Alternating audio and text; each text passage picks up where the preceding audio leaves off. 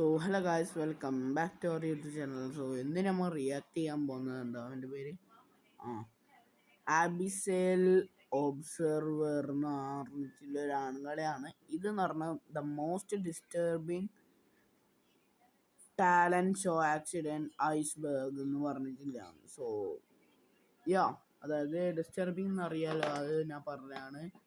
ഒന്നും എന്താ പറയുക, ഒരു ജാതി ഒരു ഫീൽ ചെയ്യുന്ന മാതിരി ഒരു ഇതാണ്. അതിനെയാണ് പറയുന്നത് ഡിസ്റ്റർബിങ് എന്നാണ്. ആൻഡ് ഐസ്ബർഗ് എന്ന് പറഞ്ഞില്ലാണ് അതെന്താണെന്നറിയില്ല. പക്ഷെ ഞാൻ ഇതിൽ കുറച്ച് ഫോട്ടോ കണ്ടിട്ട് തമ്മയിൽ കണ്ടിട്ടാണ് ഞാൻ ഇതാക്കിയത്. സോ ലസ്സി ഏതായാലും എല്ലാത്തിനെയും പോലെ ഞാൻ ലൈക്ക് ഇതും ചെയ്യുന്നു. ബാങ്ങറായിരിക്കും, എല്ലാവരും ചാവുന്നതാണ്. ബാൻ ചെയ്യല്ല, ആരും ക്ലിപ്പ് അടിക്കില്ല. ഓക്കെ, ലെറ്റ്സ്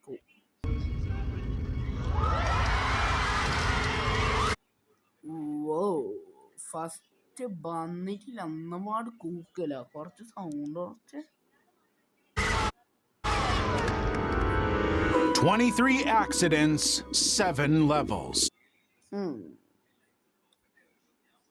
33 അല്ല 23, 7 ലെവലാ. This iceberg features some of the most horrifying talent show accidents ever aired. We'll start with some unsettling incidents, but the deeper we go, the more grotesque it gets. So, let's start at the tip of this iceberg. Level 1, the catch. During the America's Got Talent audition, a salsa dance suddenly came to a stop. Seminea was a 4-member Latin dance group performing a high-risk routine, salsa, mixed with acrobatic lifts and aerial catches. Everything was flawless for nearly half a minute until the unimaginable happened. One of the male dancers, Louis, attempted to catch his partner's full weight, but it was clear something strange was happening to his leg. Before anyone could fully understand, Louis collapsed. Alright guys, let's go.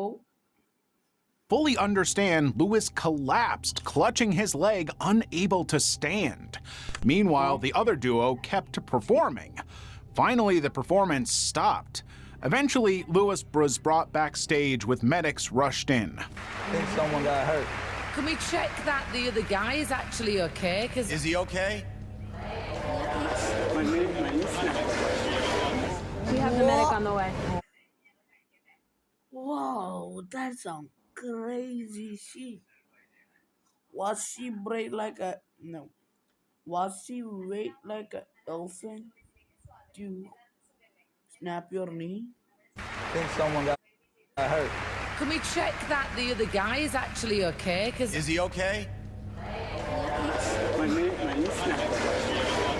We have the medic on the way. Oh my God. He hurt himself. The doctors later reported that he had buckled his knee while trying to balance his partner's weight. But the judges offered the remaining dancers a choice: leave or perform without him. We've been talking, we want to present to you a few options. Either you can figure out who wants to do the performance and come back to us, either later on today, or you can just wait for your friend to get better and maybe come back next year, because we want to give you a fair judgment and a fair chance at this, and unfortunately your friend. ഇപ്പം നിങ്ങൾക്ക് പറയുകയാണെങ്കിൽ ഇപ്പം നിങ്ങളുടെ friends ഉണ്ടല്ലോ, എന്തെങ്കിലും അതിൽ കിടക്കുവാണെങ്കിൽ ചിലപ്പം ഇങ്ങനെ ഒരു ജഡ്ജ് ഇങ്ങനെ ഒരു കാര്യം പറഞ്ഞിട്ട് അങ്ങനെ നിങ്ങൾ വെയിറ്റ് ചെയ്ത ചിലപ്പോൾ ഫ്രണ്ടിന് തീരെ കഴിയൂല, തീരെ അങ്ങനെ കളിക്കാൻ കഴിയില്ല എന്ന് പറഞ്ഞിരിക്കുമ്പോൾ അന്നേരം നിങ്ങൾ വേറെ ആൾ തപ്പാൻ പോകും. അന്നേരം തപ്പാൻ പോകുമ്പം വേറെ ആരും ഉണ്ടാവില്ല ഇങ്ങനത്തെ ഒരു ആനേൻ്റെ വെയിറ്റില്ല, ഇങ്ങനത്തെ വെയിറ്റിൽ ഇതാക്കാൻ. ഈ കഥ അറിഞ്ഞുകൊണ്ട് തന്നെ ഇനി ആരും വരാനും പോകുന്നില്ല, ആരും അങ്ങനത്തെ ഡാൻസ് ഇതാക്കാനും പോയില്ല. അന്നേരം അതേ സ്പോട്ടിൽ നിങ്ങളുടെ കരിയർ എല്ലാം കഴിഞ്ഞിട്ടുണ്ടാവും. അതുകൊണ്ടാണ് പറയുന്നത്, നിങ്ങൾക്ക് എപ്പോഴാണ് ഓപ്ഷൻ കിട്ടുന്നത് അതിൽ എപ്പോഴും നോക്കി രണ്ടാമതൊരു ഗസ്റ്റ് എടുത്തിട്ട് ഇതാക്കാം. So injured himself, so we don't want to judge on what we just saw. They chose to perform, even after their friend was stretchered off with a dislocated knee and That's tearful what eyes, it and it paid is. off. Oh! The judges were so impressed by their resilience that they voted the remaining trio. ഇതാണോ ഇവൻ profile ഉണ്ടോ ഇവന്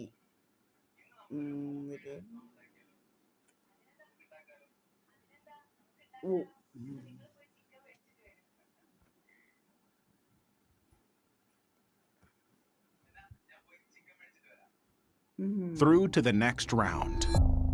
We didn't see The that. ladder act. In 2015's America's Got Talent semifinals, a ladder balancing act went horribly wrong in front of a live audience. Uzair Nozrazov was performing a Charlie Chaplin-inspired routine, climbing a freestanding ladder while catching rings and hoops. He had already impressed the crowd with sear wheel spins and precision climbs, and talent shows thrive on exactly these kinds of life-threatening spectacles. However, after the initial low-risk acts came the final stunt, balancing at the very top of a 15-foot-high, wobbly, unsupported ladder. From there, Uziar had to hook a hoop under his foot while perched at the very top. But before he could secure his position, the ladder tipped backward, and the very thing everyone feared became reality. Wow!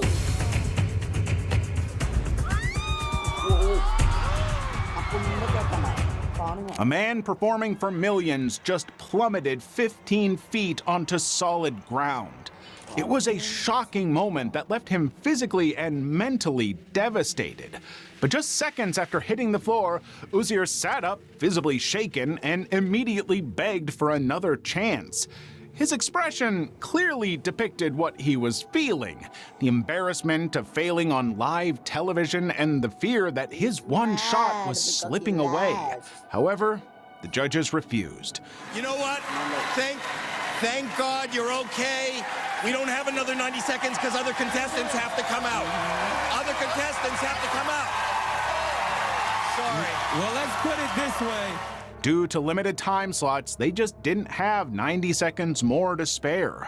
4 years later, Uziar returned to AGT വീട്ടേ അതേപോലെ അനക്കുണ്ടായിനി അന്ന് മദ്രസയില് ഞാന് ഒരു group സോങ്ങിൽ ഉണ്ടായിട്ടുണ്ടായിന് എൻ്റെ ഒരു front ഈ കുറിപ്പ് ഈ പാട്ട് പാടുന്ന ആ ദിവസം തന്നെ ഇവന് ടൂറ് പോകണമെന്ന് പറഞ്ഞു. എന്നിട്ട് ഇവന് ടൂർ പോയി, ആരോടും പറഞ്ഞിട്ടാണ് പോകുന്നത്. എന്നിട്ട് പറഞ്ഞ് ഉസ്താദ്മാരോട് പറഞ്ഞ് ഇവര് 3 ആളായിട്ടില്ലേ പാട്ടാണ്. എന്നിട്ട് ഞാനെല്ലാം എന്നിട്ട് ആടെത്തിയാരം ഇവൻ വരാമെന്ന് കാത്തുന്നില്ല. ഇവനവിടെ പോയി എന്ന് പറഞ്ഞാലും അന്നാന്ന് ഓൻ ടൂറിന് വരണ്ടേ. ടൂറിന് പോയിട്ട് ഓൻ അന്നേരാ വരണ്ടേ. ഇതേപോലെ ഉണ്ടായിട്ട് കാത്തു നിന്നിട്ടൊന്നുമില്ല. ഓണ പറയുന്നത് എല്ലാം ലെവലാക്കിയിട്ട് വേണം പോകാൻ, അല്ലാണ്ട് വെറുതെ കടന്നിട്ട് പെട്ടെന്ന് ഇതൊക്കെയാവും. Champions and performed the exact same stunt on a ladder of the exact same height in front of Simon Cowell. But despite nailing the stunt, he was eliminated that night by the superfan vote. Acid roulette. On January 11th,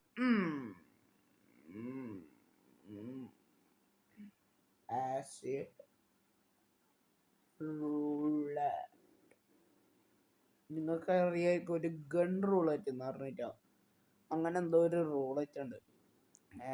അതെന്ന് പറഞ്ഞാൽ roulette എന്ന് പറഞ്ഞാൽ ഇപ്പം ഓരോരാൾ എടുത്തിട്ട് ഇതാക്കണം. അതായത് ഇപ്പം നമ്മൾ കപ്പിൽ ഒരാളെ എന്തെങ്കിലും ചായയോ അതോ പുളിയോ എന്തെങ്കിലും ഏച്ചിട്ട് വെച്ച്, എന്നിട്ട് വേറെ കപ്പിലെല്ലാം വേറെ എന്തെങ്കിലും ഒഴിച്ച് വെച്ച് നല്ല പായസം അങ്ങനെയെല്ലാം നിങ്ങൾ മറ്റേ എന്താ പുളിയില്ല കപ്പില്ലേ അതിൽ നിന്ന് കുടിക്കാണ്ടിരിക്കണം. അങ്ങനെയല്ലാണ് റോളറ്റ് എന്ന് പറയുന്നത്. ഇത് ആസിഡ് റോളറ്റ് എന്ന് പറയുമ്പം ഒരു കപ്പിൽ ഇവർ ആസിഡ് വെച്ചിട്ട് ബാക്കിയിലെല്ലാം വെള്ളം. നമുക്കിത് കാണാം. 11th, 2015, Chantan Pat sat on the Vietnam's Got Talent semi-final stage with 5 covered cups in front of him. 4 were filled with water, 1 contained sulfuric acid, but Pat didn't know which one. He called the act Acid Russian Roulette with one simple rule: drink from 4 cups, avoid the one that could dissolve his throat from the inside. But in one of 5 identical cups, and millions were about to watch a man bet his mouth on intuition. The show labeled it, "Don't try this at home." However, the irony was impossible to ignore. After all, they were broadcasting it as entertainment. A judge shuffled the cups while Pat looked away, and the game began. Glass 5, safe. Glass 1, Pat had just accidentally tasted sulfuric acid. It was clear that the chemical had begun its work immediately, but instead of rushing him to medical care, the audience applauded. And that wasn't even the most disturbing part. Knowing that his internals could be pretty much getting slowly dissolved, Pat still didn't stop. Whether it was shock, embarrassment, or the pressure of live television, he picked up the remaining 3 glasses and ഞാൻ ഇപ്പോഴേ പറഞ്ഞ ഇങ്ങനൊന്നും ഇങ്ങനത്തെ പൊട്ടനെ പോലെ ഒന്നും ചെയ്യല. അന്നേരം നിങ്ങളെ പായി നല്ലോണം കത്തിയാലും ചെയ്യും. പിന്നെ വെള്ളം ഒന്നും കൂടിയും കുടിക്കുമ്പോൾ വായിൽ എന്താണോ അത് വയറ്റിൻ്റെ ഉള്ളിൽ പോയിട്ട് ആടെയും ഇല്ല പണി തുടങ്ങും. അതുകൊണ്ടാണ് ഇങ്ങനത്തെ ഒന്നും പണിയൊന്നും ചെയ്തക്കല്ലേ. drank them one by one, the acid clearly searing his lips and tongue. By the time Pat finished, he could barely speak. The performer later admitted his biggest fear in that moment wasn't death, it was that his career might be over. He was ultimately rushed to the hospital with first-degree burns and reportedly took 10 days to recover. Level 2, the water cell. Spencer Orsman was 2 minutes underwater with 50 pounds of chains dragging him to the bottom when his fingers stopped working. The 29-year-old escape artist had already picked 10 locks, but the 11th wouldn't budge and his lungs were running out of time. This insane act was a modern version of Houdini's water cell. Going in. Start counting. Start counting. Of time. This insane act was a modern version of Houdini's water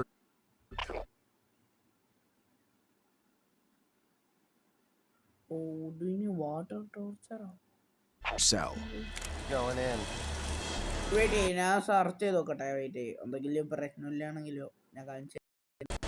Start counting. Okay guys, ഞാൻ എന്താണെന്ന് കണ്ടുപിടിച്ചു. പൊന്ന് അളയ്യ, അതൊരു എന്ന് പറയുന്നത് ഇതേപോലത്തെ കേജിൽ, പക്ഷെ അതിൽ ബെല്ല കേജാണ്. അയാൾ ചേലഞ്ച് ചെയ്യാൻ വേണ്ടി തലയിൽ ഇരുന്നിട്ട് വന്നിട്ട് വെള്ളം ഫുൾ ടാങ്ക് വെള്ളം തലയിരുന്നിട്ട് അതിന് എന്നിട്ടാടിയിട്ട് എന്നിട്ടത്ര പ്രശ്നം ഉണ്ടായ അസിസ്റ്റന്റ് ഇതാക്കുന്ന പറയുന്നത് രക്ഷപ്പെടുത്തുന്ന പറയും. 4 അച്ചങ്ങായി ചത്ത് അതിൽ തന്നെ. സോയ്യ ഇതാന്നുണ്ട്. Okay, Start counting. Oh yeah. The chains around him were 25 feet long with 8 steel padlocks, Smith & Wesson handcuffs, and ankle shackles. And that wasn't all. Once inside, a steel-reinforced lid was lowered and locked with 4 more padlocks. The average person can hold their breath for 30 to 60 seconds. Spencer had to hold his for nearly 4 minutes. And he also had to pick every lock during it.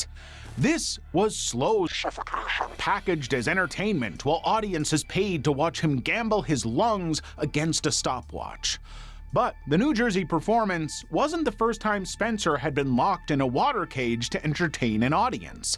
The eccentric man had done it before, so he already knew exactly how the stunt could go wrong. Just 3 months earlier during a rehearsal, he pushed past the 4-minute mark with 2 locks still remaining. Instead of signaling for help, he kept going until he blacked out underwater, still chained inside the tank. The crew had to pull him out unconscious. And even before that, on America's Got Talent, Spencer had barely escaped in time. Oh my goodness! Spencer Horseman has done it! He doesn't look good. Wow! So when he climbed back into the tank for a live performance in New Jersey, there was only one question in the audience's mind: will he survive this time? The first 2 minutes went smoothly. Ankles unshackled, wrists unlocked, 3 locks removed from the lid. By now, Spencer had already held his breath longer than most people ever will in their entire lives. And he still had 1 lock standing between him and oxygen. Spencer was now trapped in 105-degree water because of faulty equipment, fingers too numb to grip, lungs screaming after nearly 3 minutes without air. By the time the crew dragged him from the tank, Spencer was disoriented, shaking, and barely conscious. The crew strapped him to a stretcher and transported him to the hospital, where doctors later revealed he had suffered brain damage from the ordeal. So everybody wants to know how you're feeling right now. What's going on? Mainly tired, worn out, haven't eaten, thirsty, but doctors told me I need to be here, keep on evaluation, since I did black out. It was the second time in 3 months he had nearly died performing the exact same stunt. Spencer, I am sure that you are doing that than 99.999% of all people. But it sounds like you need to be just a little bit better. Please don't do it anymore. Blindfolded crossing. Isakire Wubulaikasimu was 30 meters from the finish line when his legs started shaking and the wire beneath him began to sway. He had been walking backward for nearly 50 minutes, blindfolded across a ravine 200 meters deep. Isakire was a 6th-generation tightrope performer attempting to cross 700 meters of open air at Shinuzai Geopark. His only safety equipment was a long balancing pole. 从小开始练到就是练出来以前就不带保险，以后也不带保险。现在很多那个对方他们要求带保险，就怕危险出事了，我们就不行。Your pets just wants your love. And the stunt was broadcast live on Chinese television, and a crowd gathered below to watch. There was no room for a mistake. Around the 50-minute mark, however, conditions started turning against him. Heat was causing dizziness, and the wind was destabilizing the wire. Isakire later admitted he hadn't eaten enough before the attempt. Just 30 meters from the finish line, his body started failing him. He was so close to making it after such a long struggle, but then he slipped.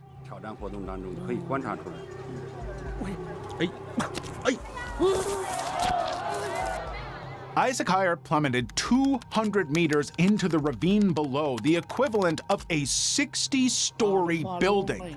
But against all odds, he didn't die. The man crashed through tree branches and bamboo forest, which absorbed just enough impact to keep him alive. Rescuers later found him with only minor injuries. And yet, despite such a traumatic experience, Isakire went on to set multiple Guinness World Records.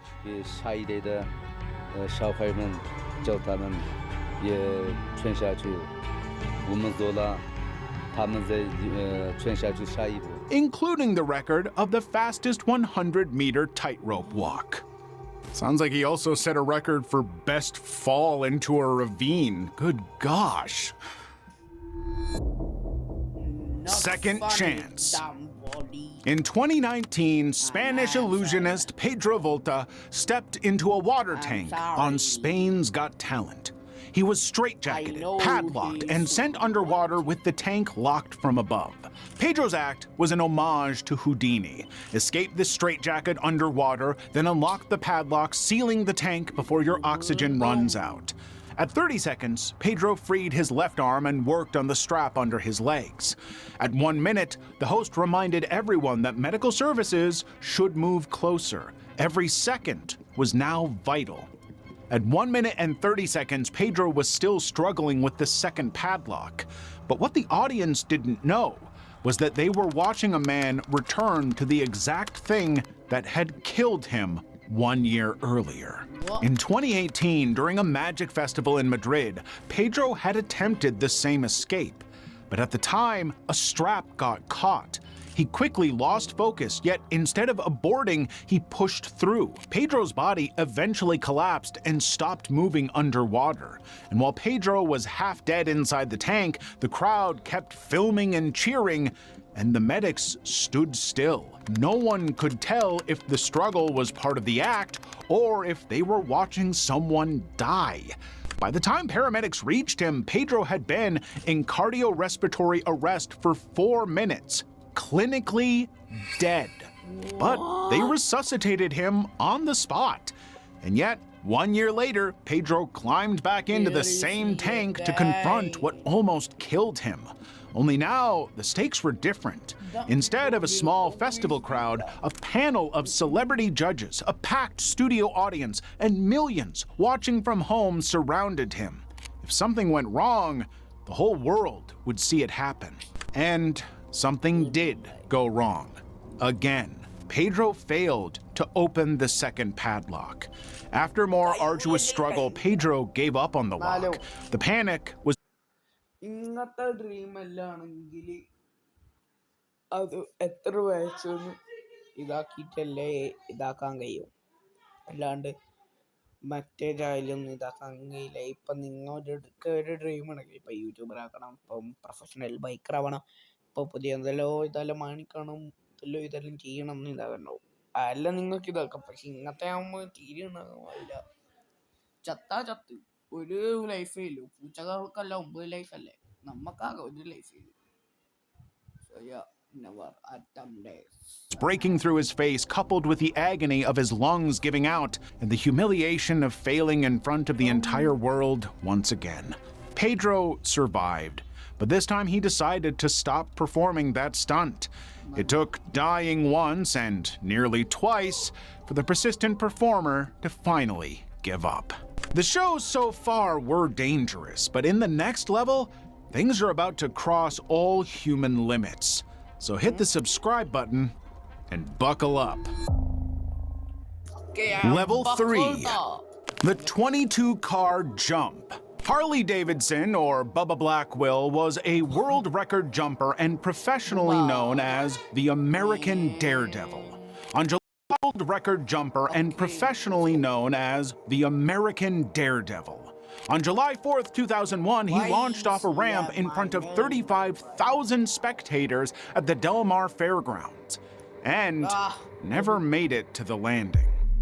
Amid laser entrances, pyrotechnics, speeches, and wheelies to hype the crowd, Bubba mounted a Harley-Davidson XR750, the same motorcycle the legendary American stunt performer Evel Knievel used for his legendary jumps. That night, he was attempting to break Knievel's car-jumping record. 22 cars lined the track. A 7-foot ramp stood at the end. But there was a problem. The venue was a horse racing track, and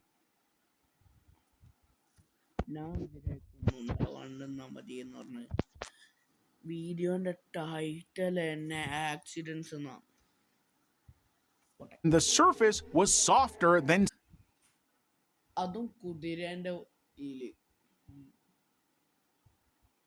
standard stunt terrain. The unstable ground made Bubba hesitant, but when he saw the crowd was chanting his name in anticipation, he went for it. After a quick prayer, Harley accelerated in 4th gear toward the ramp, but his trajectory was too low. He came up short, struck the edge of the landing deck instead of clearing it, and was thrown violently over the handlebars.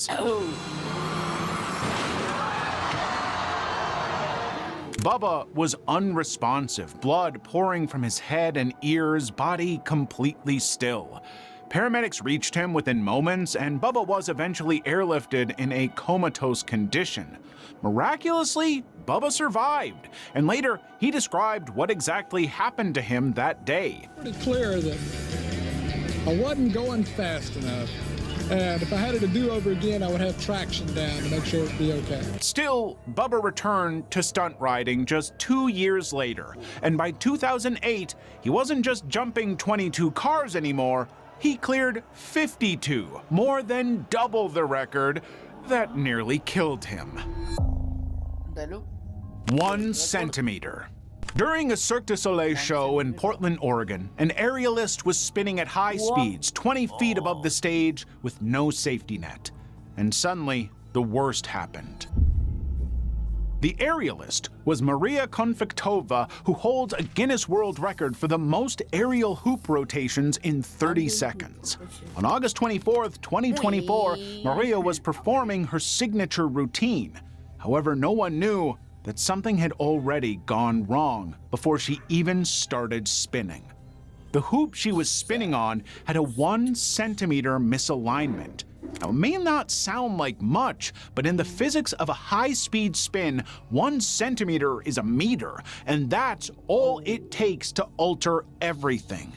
Before anyone could react, Maria hit the stage. She may have had all her weight on the same foot at that point. Meanwhile, the man nearby just stood there in shock at first.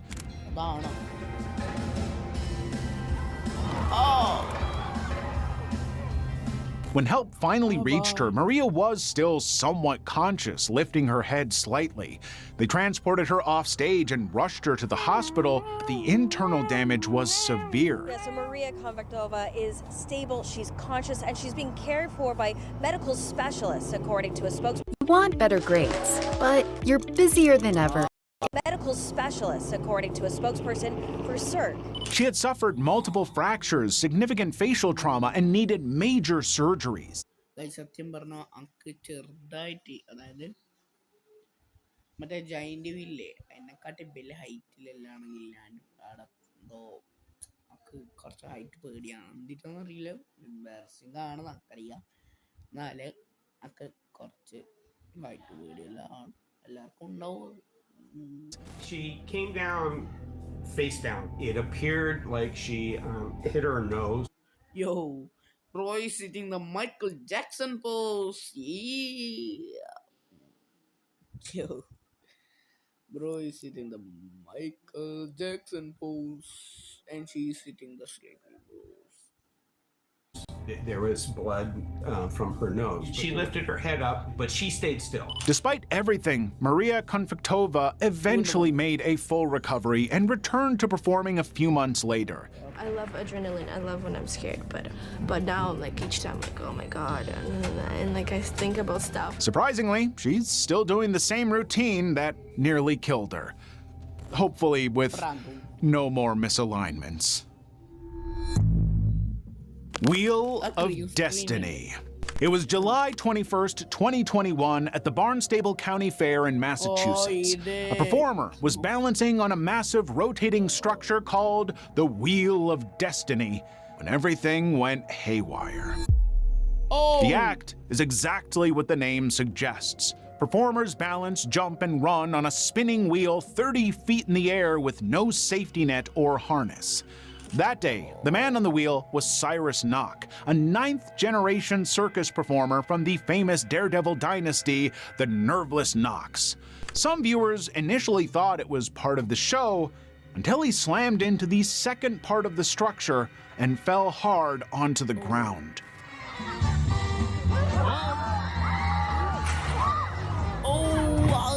A doctor in the audience rushed to help.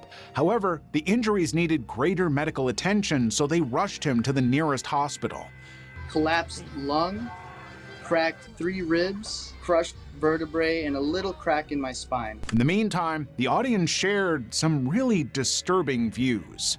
Despite the horrifying incident, the performer was released from the hospital just 3 days later. Within 3 weeks, he was back on tour, helping behind the scenes, and 2 months after the fall, Cyrus was performing live again. You might say it was his destiny. No helmet. On Turkey's Got Talent, a performer was about to attempt a high-speed rollerblade jump off a ramp on live television. The performer was Harun, a member of Mersin Extreme, a Turkish acrobatics group. The man had no helmet, no protective gear, just the stage, the ramp, and whatever landing he could manage.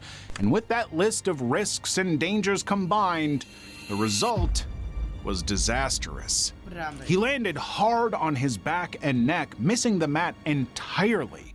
Within seconds, his body went stiff in an awkward angle. However, the most disturbing part was that the judges sat there, the audience watched, and no one moved. In fact, it wasn't the medical team who rushed in first, it was his teammates, backstage staff, and other competitors. Eventually, a neck brace was placed on him, confirming what everyone already feared. And this entire time, the cameras never cut away, not even when they put him on the stretcher. And this entire time, the cameras never cut away, not even when they put him on the stretcher. Harun was carried off to an ambulance, but luckily, he didn't suffer any serious long-term injuries. Still, the question... roller blade ഇതൊക്കെ കളിക്കാൻ ഇപ്പൊ മടിയോ നിർത്തിച്ചു so അത് കാണണ്ടായി ഈ കൊതുവിനെ കൊണ്ട് ചവട കൊതു. Nobody could answer remained. Why didn't the production require him to wear any protective equipment in the first place? Level 4. The failed net. At the Great Moscow State Circus, an acrobat dove from 85 feet as part of the finale. But the landing wasn't what anyone had expected. The acrobat was Karo Christopher Kazungu, a Kenyan performer and part of a 12-person aerial act. The maneuver was called the drop, a stunt that required him to free fall from nearly 26 meters and land precisely in the center of a safety net. Wait, ഞാൻ ഇത് കണ്ടിന്ന് തോന്നുന്നു. എന്താ ഉണ്ടാവുണ്ടെന്ന് പറഞ്ഞാല് spoiler. Okay. Spoiler ഇല്ല. The staff ensured everything was rigorously tested, but as Kazungu's body hit the exact center of the net, instead of catching him, the net tore open on impact.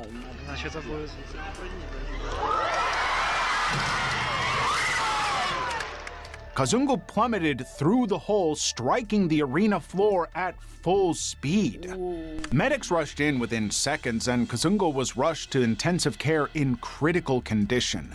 Meanwhile, the circus director held a press conference confirming the net was German-made and had passed all inspections. So investigators began looking into sabotage and manufacturing defects, but no conclusive cause was ever determined. Kazungu survived, eventually regaining mobility after months of rehabilitation, but he never performed again. 45 feet. At the 2007 X Games, a skateboarder fell 45 feet onto a wooden ramp, hitting so hard that his shoes flew off his feet, and then stood up and walked away. But something tragic was waiting for him. The skateboarder was Jake Brown, and he was attempting something no one had ever landed in big air competition, a 720-degree spin off the mega ramp, an 84-foot drop, a 70-foot gap, and a quarter pipe that would launch him 4 stories into the air. What do you think we can expect from Jake right now? He's going for the 720 to a big 540. Jake had never landed the trick before, and there's no way to practice falling from that height. The first part went perfectly. Jake cleared the gap, executed the 720, and began his descent toward the quarter. In 2007, Jake Brown stood at the... No spoiler. The first part went perfectly. Jake cleared the gap, executed the 720, and began his descent toward the quarter pipe. But then his board started to wobble. At the peak of his arc, 18 feet above the lip of the ramp, the board kicked out from under him. Jake was now 45 feet in the air with no safety net beneath him. He didn't hit the curved transition designed to catch skaters and slammed straight down onto the flat.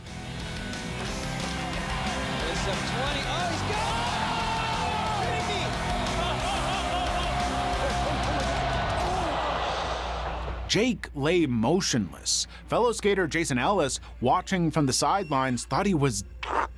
The way that his body accordioned and his shoes... In 2007, Jake Brown stood at the top of the ramp trying to pull off the first 720 over the big air gap. What do you think we can expect from Jake? And now he's going from the 720 to a big 540. Let's go. There's 720. Oh, he's gone! But it came at a heavy price. Oh my God!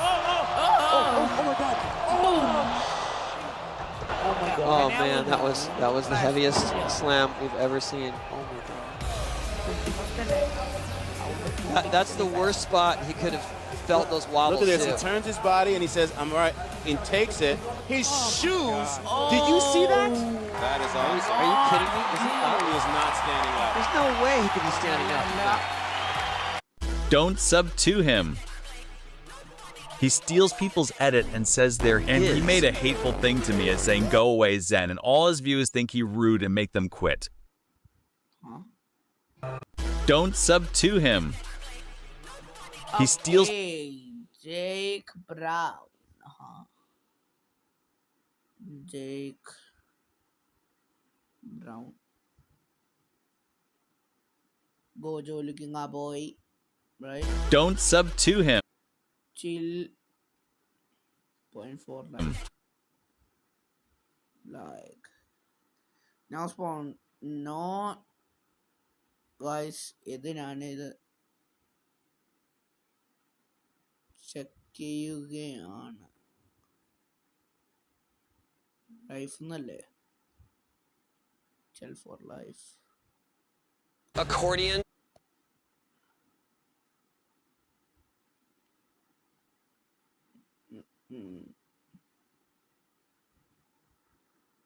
Attu.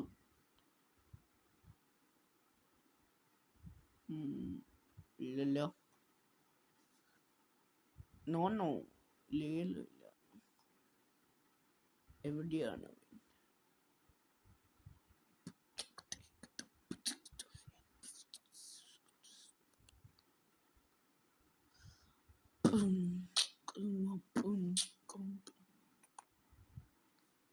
Okay, this is some crazy ass shit, boys. Okay, ഇല്ലൊന്നും കാണുന്നില്ല, so ഇത് കാണാം. And his shoes flew off, and I mean, looked like he must have snapped his neck, snapped his leg. It's unbelievable. I wouldn't have survived, no way. Meanwhile, the commentators went silent.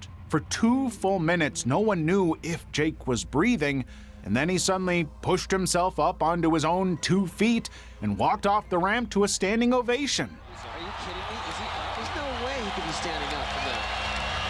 What do you mean there's no way he's standing up? However, at the hospital, doctors found a fractured wrist, a fractured vertebrae, a lacerated liver, a bruised lung, and a severe concussion.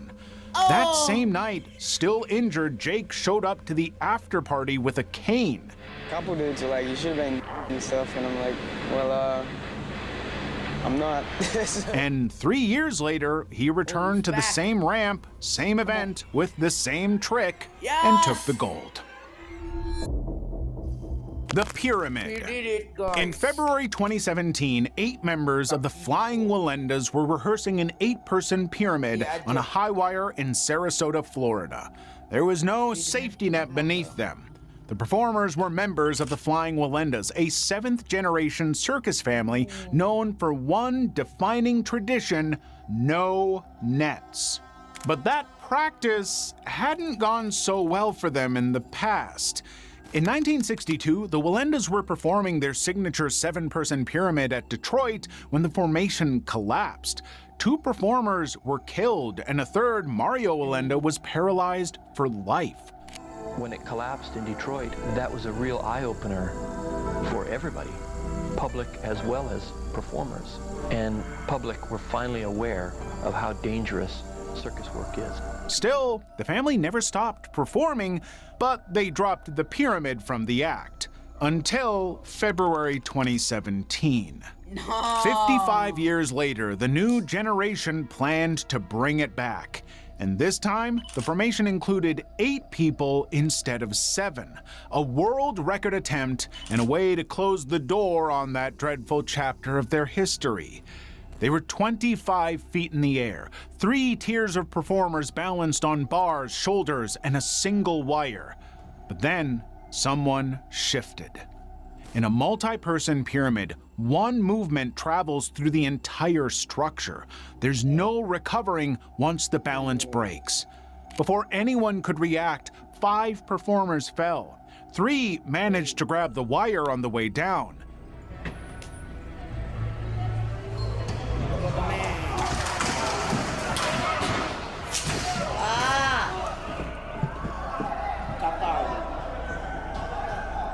Nick Walenda's sister, Lijana, hit the concrete face first. She shattered every bone in her face. I broke every bone in my face, and so they had to put it all back together with 3 plates and 72 screws in my face. Meanwhile, his Aunt Rietta landed on her back and was never able to walk properly again.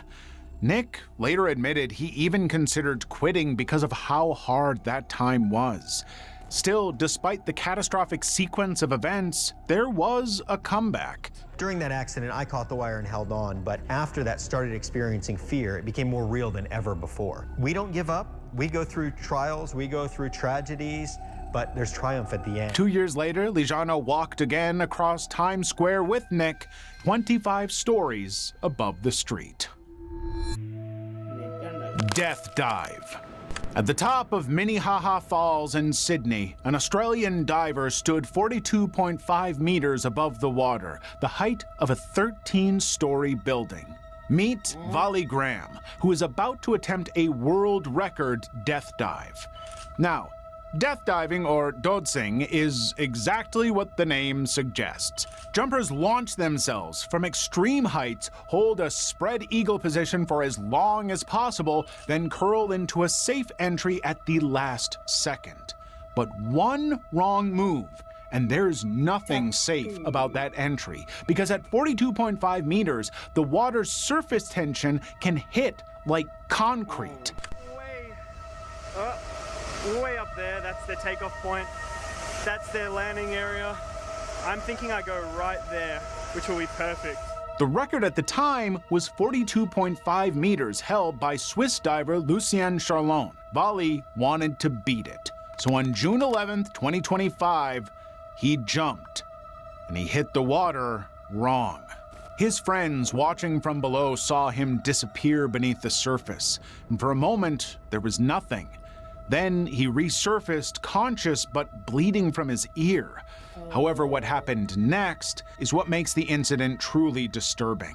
At the hospital, scans revealed the full damage: fractured skull, shattered vertebrae, broken sternum, burst eardrum, and concussion. That means Vali had climbed out of the water, then hiked 1.2 kilometers up a steep trail to reach his friend's car, all with a shattered spine. The human body isn't supposed to do that.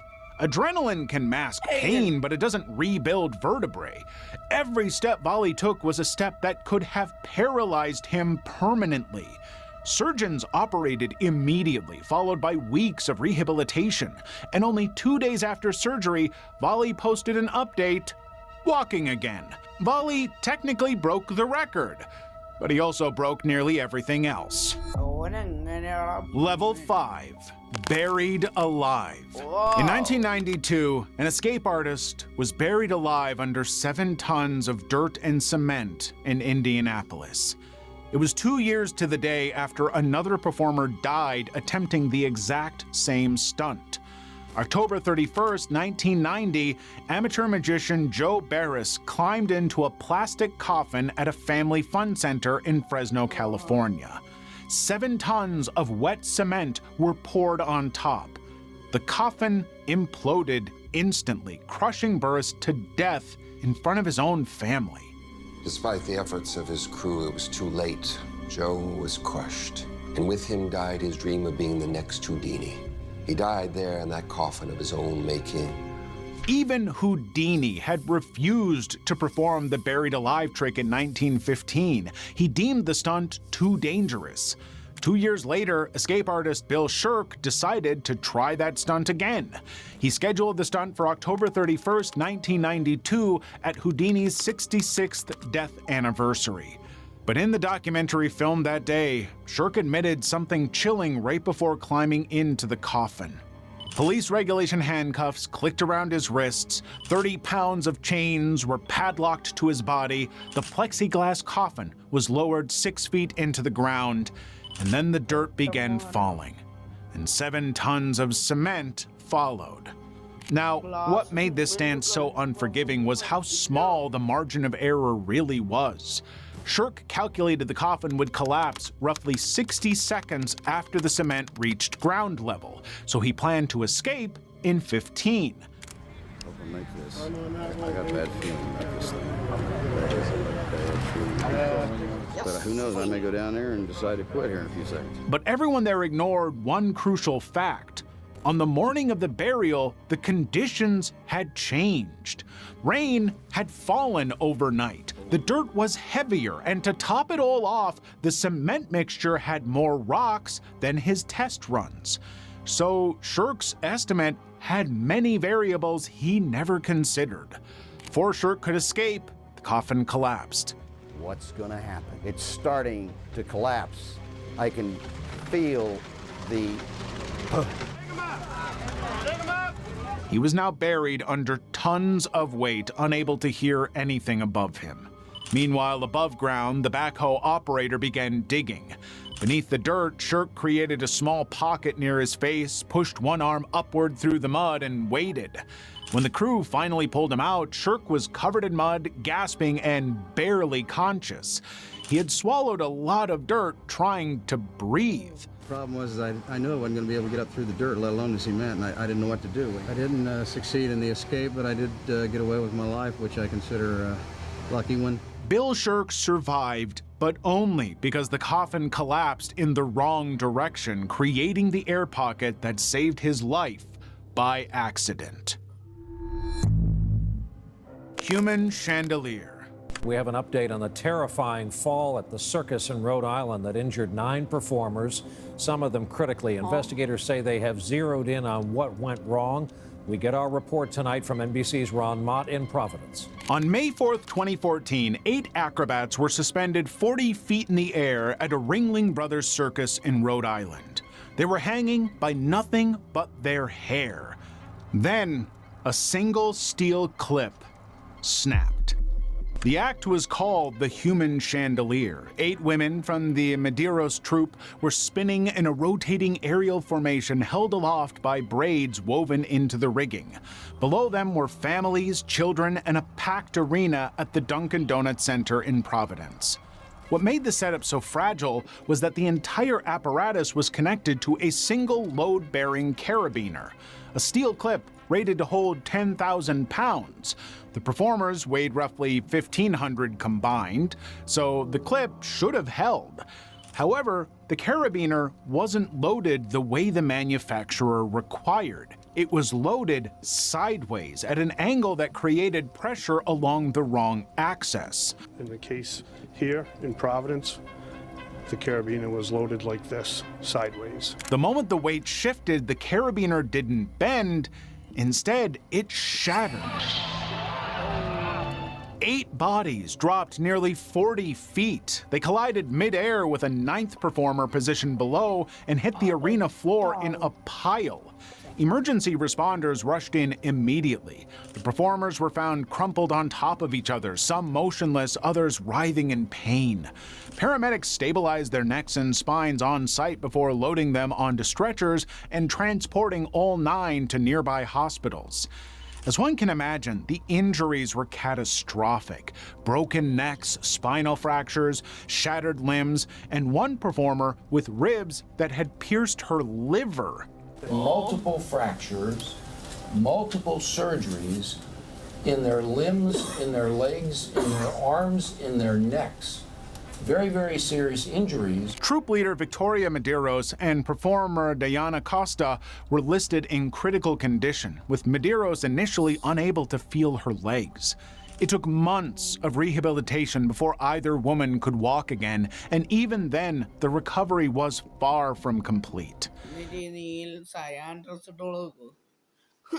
I'm the baddie.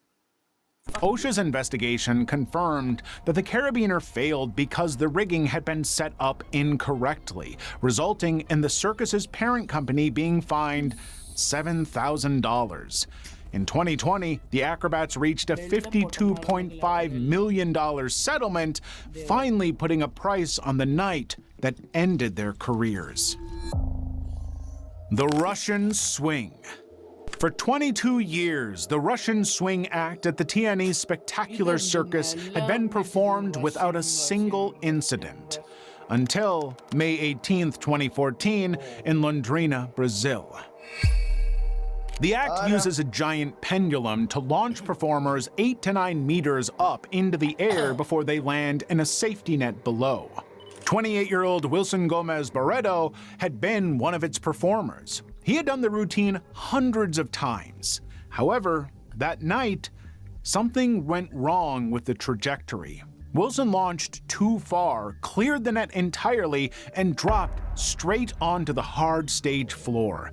Medics rushed in quickly, and even a doctor from the crowd ran to the stage to help. O rapaz levantó de una manera que fue inédito. Todo el mundo ficou sorpreso. ¿Por qué fez isso? Porque ele não foi nem assim, nem assim, nem assim, nem assim, nem assim. Ele foi assim. Sobe, não sei, 8, 9 metros, con impulso. But much to everyone's surprise, Wilson was conscious and alert, complaining only about his elbow. For a moment, the worst appeared to have been avoided. But that relief was short-lived. While the circus replaced his position and continued performing, doctors at the hospital found what no one on that stage could see: a severe traumatic brain injury. In fact, it had progressed so much that it was too late to do anything. From then on, Wilson's condition deteriorated rapidly. 48 hours after standing up and talking to paramedics, Wilson Gomez Barreto was pronounced dead. The first show after his death included a tribute. The director and performers stood on the same stage where Wilson fell and held a moment of silence. Level 6. The Ponytail Crossing. चोटी में कोई देश में इसका कोई चेष्टा ही किया नहीं है और इसका जो रिकॉर्ड जो पैदा होगा जो सृष्टि करेगा ये हमारा जो इंडिया का रिकॉर्ड है कोई दुनिया को हम टूटने नहीं देंगे. On April 28, 2013, at the Teesta River in West Bengal, India, the crowd gathered to watch Sailendra Nath Roy attempt something no one has ever done before. Sailendra was a Guinness World Record holder who had already pulled a railway locomotive 2.5 meters using nothing but his hair. However, this time, things were different. The Indian daredevil prepared to cross 600 feet of open air on a zip line attached only to his ponytail. The crew made the setup ready, a cable stretched across the Teesta River 70 feet above the water, a pulley system attached to his ponytail, and a life jacket in case he fell. But there were still several red flags hiding in plain sight, like no backup safety line, Roy using no harness, and no emergency rescue team in case something went wrong. To top it all off, the BBC reported that Roy didn't even have permission to attempt the stunt. Still, thousands gathered below, phones in their hands and chants on their tongues as Roy clipped in and started moving. For the first few minutes, everything went exactly as planned. Roy glided smoothly across the wire, suspended by his ponytail, body swinging freely beneath him. And just when it seemed like the record was about to break, Roy stopped moving. Midway across the river, roughly 300 feet from either side, the pulley mechanism had jammed. The man was now stranded 70 feet above the water, his entire body weight suspended by the hair on his head, with no way forward and no way back. The crowd didn't understand what was happening. They kept cheering, assuming the pause was only to create a dramatic moment, and he would eventually start moving again. But only Roy knew the truth. With each passing minute, the pressure on his scalp was increasing. Roy was now in excruciating pain, and the only way to relieve the tension was to manually pull himself along the cable while his full body weight dangled from his hair. So that's what Roy did. For nearly 20 minutes, Cylinder Roy hung suspended over the river, desperately trying to pull himself forward hand over hand along the wire. Now, the human scalp isn't designed to support full body weight. The constant tension tears at the skin, pulls at the follicles, and creates searing pain that radiates across the entire skull. And all of that was happening 70 feet in the air with a crowd watching below and no help coming. Eventually, Roy's body gave out. He suddenly went limp. At that moment, nobody knew if he was simply unconscious or dead. It took rescue teams nearly 45 minutes to lower Roy from the wire and transport him to a hospital. There, the doctors confirmed what everyone feared. Roy was dead on arrival. According to the medical reports, the stress had triggered a massive heart attack while Roy was still hanging midair.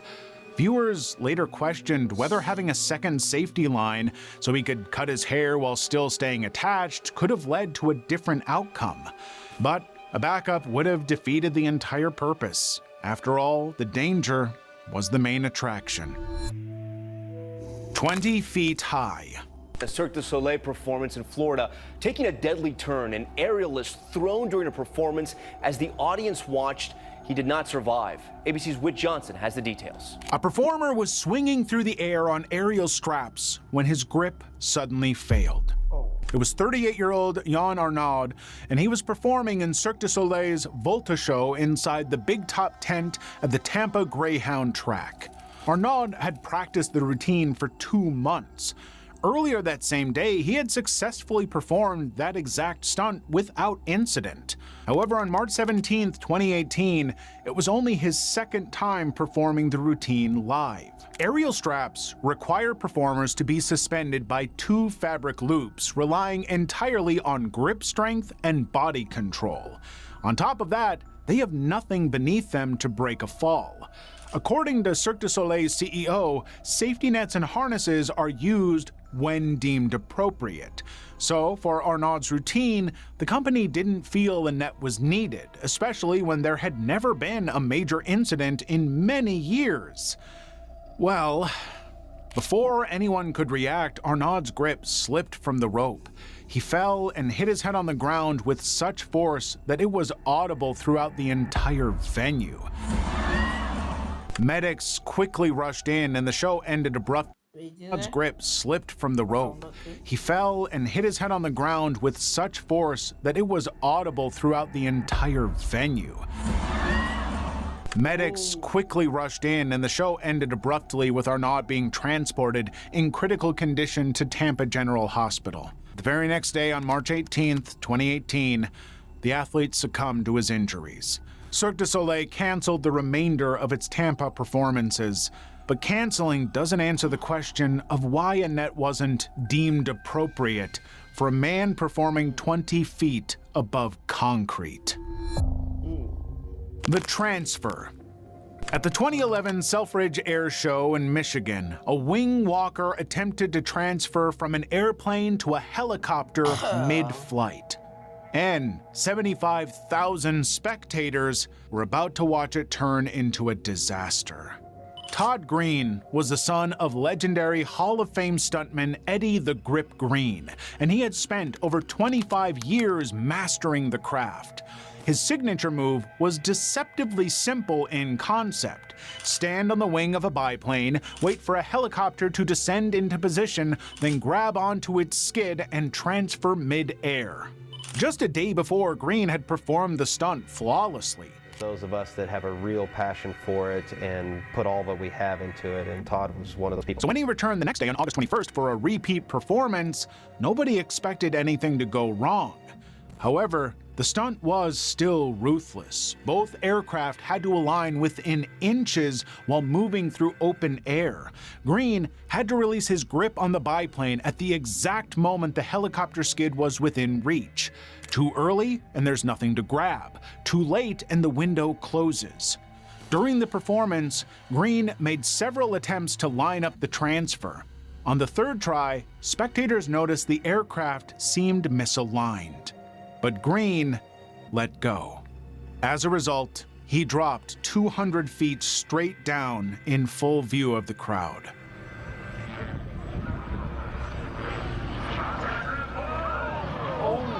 The fall was so fast that many spectators didn't immediately register what had happened. Todd Green died instantly from multiple blunt force injuries. It was a stunt without a safety net gone horribly wrong. The plane was so low you could see his shirt actually shaking, and you could see it was just too windy. Selfridge Airshow officials later announced that wing-walking transfer stunts would be permanently banned from all future events. But for the thousands who watched that afternoon, the memory is sure to leave a mark. Level 7. Backward. A Colombian acrobat successfully pedals a bicycle across a tightrope 13 feet above the stage. But things went wrong when he attempts to cross backwards. The acrobat was Sixto Octavio Chavarro, a 44-year-old veteran performer who had spent years mastering extreme high-wire acts across Russian circuits. The handlebarless bicycle crossing was his signature move, but that day he was attempting the stunt in reverse for the first time. Now, when you're reversing across a wire on a handlebarless bicycle, it delays every balance correction by a fraction of a second. And for Chavarro, that fraction was enough. Beneath him was no safety net and no harness, so Chavarro fell head first on the concrete hard floor.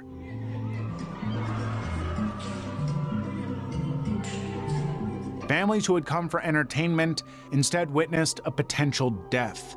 But what happened next may have sealed Chavarro's fate. Staff members lifted his limp body without a stretcher or spinal precautions, handling him the way someone might carry a drunk friend at a bar. For a head-first fall, that kind of movement can turn survivable trauma into certain death. Chavarro was rushed to a hospital, but pronounced dead shortly after. To top it all, his family in Colombia learned about the death through a nephew working at the circus. Él tenía experiencia, ya llevaba en Rusia, llevaba como 2 años que estaban allá. Que nos ayude la Cancillería para repatriar el cadáver de él, para darle cristiana sepultura, porque la mamá está allá, los hermanos, y pues ellos son de muy bajos recursos. They couldn't afford to bring Chavarro's body home and were left begging the government to help just to bury him. The Glass Cage. At the 2017 Mad Cool Festival in Madrid, a performer was dancing in a glass cage suspended 100 feet above ground. But while the crowd was cheering, his safety line suddenly failed. The performer was 42-year-old Pedro Aunion Monroy, an aerial dance pioneer known across Europe for his meticulous attention to safety.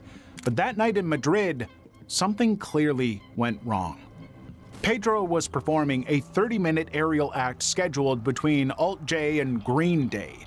The routine required him to switch from a short safety line to a longer bungee cord mid-performance, a transition he had done before. However, the connection wasn't secure.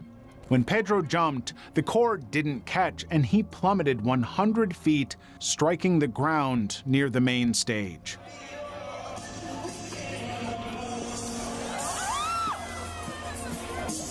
Emergency responders reached him within 10 seconds. Paramedics spent nearly 30 minutes attempting resuscitation, but Pedro Aunion Monroy was pronounced dead at the scene. A horrific fall in front of a stunned crowd, an acrobat plunging to his death in the middle of his performance. At least one of the bands scheduled to perform today backed out after learning of the accident. A special tribute was held in honor of the acrobat who lost his life. Disturbingly, the festival kept going. Organizers never told the crowd what had happened. Green Day took the stage shortly after and performed their entire set as if nothing had happened. In fact, even security guards told people who asked that he was fine. The truth didn't spread until after the show ended. Pero lo impactante fue eso, de repente ver cómo cae y no saber si era parte del espectáculo porque ni había colchoneta abajo ni nada. Organizers later justified their decision by claiming that stopping the festival abruptly could have caused a dangerous crowd surge. Muchos coreógrafos en danza contemporánea que hemos trabajado con él y él ante todo la seguridad y que si nos sintiésemos seguros ante esta nueva situación, pues era algo primordial en su trabajo. But the venue's reputation had already been tainted. On top of the world. At the 2013 Vectron Daytona Air Show in Ohio, a wing walker is strapped to the outside of a biplane flying upside down. It was Jane Wicker, known for performing without a safety harness, hanging off an aircraft mid-flight while tens of thousands watched from below. Her signature routine, called On Top of the World, involved sitting upright on the underside of a wing while the plane rolled inverted above her. She was known for her bold routines, including her signature move of hanging upside down beneath the wing by her feet, or sitting calmly on the underside of the plane whilst it rolled inverted. That afternoon, Wicker was performing alongside pilot Charlie Schwenker in a 1941 Boeing Stearman biplane named Aurora. Schwenker was a seasoned aerobatic pilot with decades of experience. Together, they had done this routine before several times. Only this time, something wasn't right. The plane descended lower than expected. It was flying too slow, and as it rolled inverted for the pass, the biplane's wing dipped toward the runway. Keep an eye on Charlie. Watch this. Jane Wicker sitting on top of the world. The biplane cartwheeled violently, broke apart on impact, and erupted into a fireball. Both Wicker and Schwenker were killed instantly. Seconds before the crash, the atmosphere had been festive. The announcer had just introduced the act, and several families with their kids were pressed against the fence. One 8-year-old in the crowd later described the scene as so terrifying that she couldn't stop crying and never returned to another air show again. The NTSB investigation attributed the crash to pilot error. Schwenker had attempted a modified version of the maneuver at dangerously low altitude and airspeed, a miscalculation that left no room for recovery. The air show resumed the following day as a tribute to Wicker and Schwenker, but for those who had watched it live, no tribute could undo what they had witnessed. These talent show accidents were truly disturbing. But have you ever wondered what goes on behind accidents that happen on TV? Find out in the most disturbing TV accidents iceberg. Okay guys, trailer na pada video lagi seperti like, subscribe po. Bye bye, see you later.